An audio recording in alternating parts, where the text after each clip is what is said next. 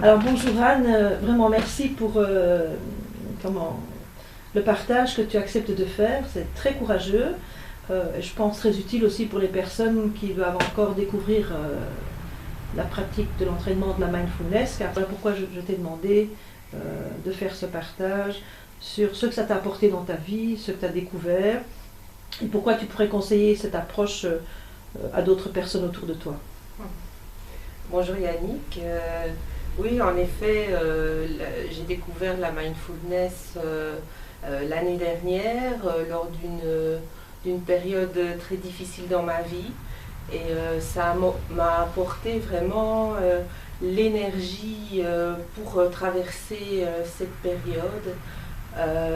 J'ai pu me reconnecter à moi-même, malgré qu'au début c'est très difficile de commencer la mindfulness parce qu'on est confronté à soi-même, mais ça vaut la peine de continuer, d'avoir la volonté de s'en sortir, parce que c'est vraiment le seul moyen pour moi pour se retrouver et améliorer sa vie. Mais qu'est-ce qui est difficile exactement dans cet entraînement? Parce qu'il s'agit bien d'un entraînement, hein.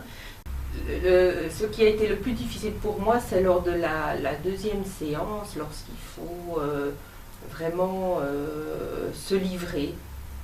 Donc parler de soi, parce que on arrive avec un bagage où moi je n'avais plus du tout confiance en moi, où je ne savais plus qui j'étais. Donc là, il faut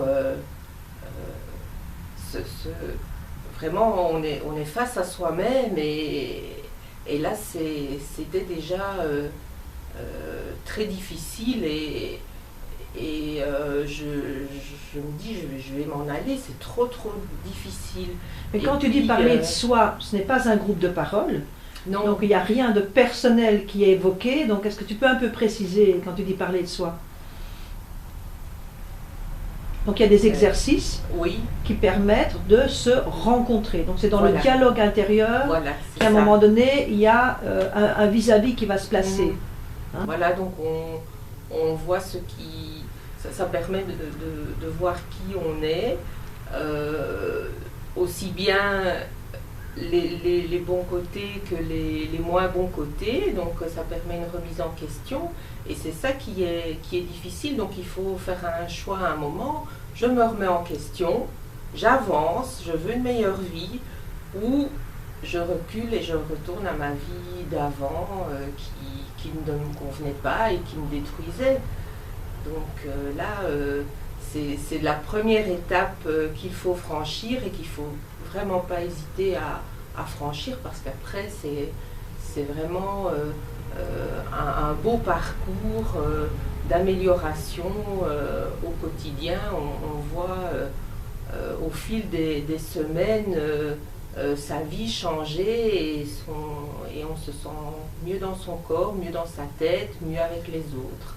Et on apprend les valeurs de vie, à être une meilleure personne, et à être bien pour soi, et être une meilleure personne aussi avec les autres. C'est vraiment l'intelligence émotionnelle qu'il faut travailler, mais je tiens aussi à préciser qu'il faut pratiquer, qu'il faut pas abandonner, parce que parfois il y a des périodes qui sont plus compliquées. Très bien, je te remercie vraiment beaucoup.